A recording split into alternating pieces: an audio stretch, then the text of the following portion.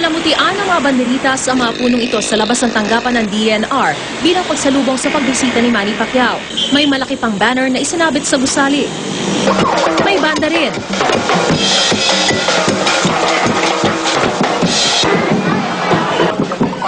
Marami ang nagabang sa pagdating ni Pacman. Kabilang ang tatay-tatayan niya si DNR Secretary Lito Atienza. Hindi niya raw ipinapayo na pumasok si Manny sa politika. There is a time for everything. Now is the time to give all his time, efforts, lahat sa boxing, sa sports na kanyang, where he is the champion of the world. Hindi kayo magtatampo kung hindi man niya sundin yung payo niyo. Palagay ko susunod eh. Pagdating ni Pacquiao, pinangunahan niya ang flag raising ceremony. Maraming salamat po sa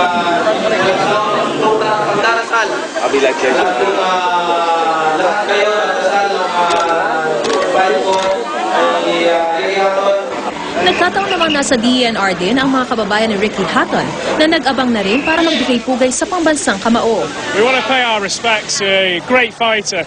We want to say congratulations from Manchester. I'm a Ricky Hatton fan, but I think Ricky Hatton should now retire. And I am now a Manny Pacquiao fan. He's a brilliant boxer. Ang mga Pinoy naman proud sa bagong tagumpay ni Pacman.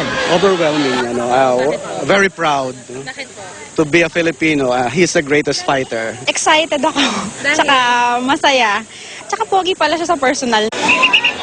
Pagkatapos ng flag racing, agad sinimula ng motorcade ni Pacman patungong Malacanang.